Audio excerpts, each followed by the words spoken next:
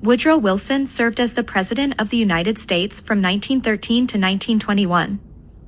While he is mostly remembered for leading the country into World War I and for his peace efforts following the war, he was also heavily involved in domestic affairs, particularly those regarding the American economy. During his presidency, the Federal Reserve banking system was established, antitrust laws were strengthened, tariff reforms were instituted, and the first broad income tax became law. On top of those measures, the 8th-hour workday was established, and financial assistance was provided to farmers during Wilson's too. One of Wilson's first moves toward economic reform was the Revenue Act of 1913, which had two objectives: the lowering of tariffs and the implementing of a broad income tax on all income sources. The income tax was intended to maintain government revenues that would be lost through the lowering of tariffs. The income tax had become law once the 16th Amendment was ratified in February 1913, 1 month prior to Wilson taking office. However, the details of the new law had not been worked out yet. Wilson's government proposed a 1% tax on all annual incomes exceeding $4,000 for couples, and $3,000 for singles. And the new law also allowed higher taxes to be levied on those earning greater incomes. And it lowered tariffs on foreign goods, which was done in the hope of increasing international trade. The immediate effectiveness of this act on the American economy is difficult to calculate though, because the outbreak of World War I in 1914 tremendously upset global trade. Wilson additionally set his sights on reforming the American banking system.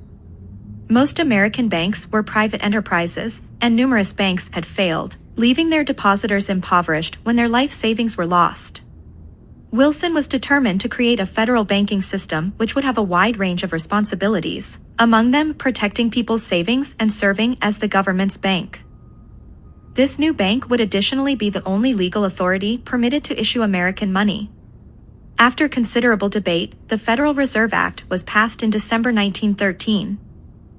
Antitrust reform and consumer protection were Wilson's next targets. During his time, many of the largest American companies dominated certain aspects of the economy, including oil, steel, and shopping. Antitrust laws were designed to halt these practices, which they accomplished with the breakup of Standard Oil into several small companies in 1911.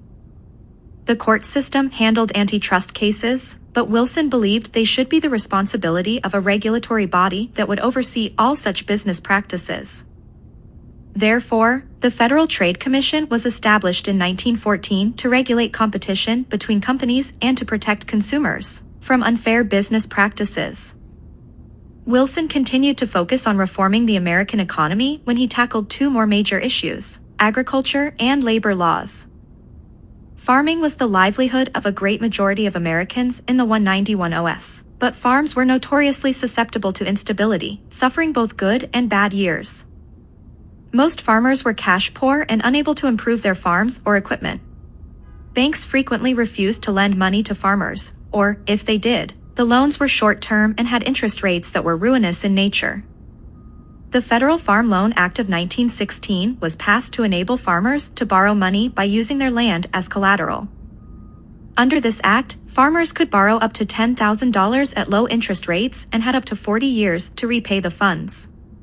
The main results were the revitalization of the small American farmer and the protection of these farmers from absorption by big agricultural companies.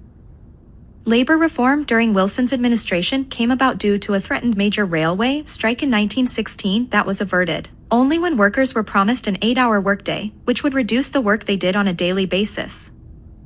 This established a precedent that later led to most workers getting 8-hour workdays.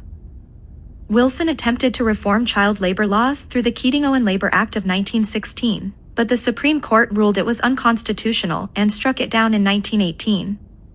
Despite this setback, Wilson's economic reforms as a whole had a significant and long-lasting impact on the American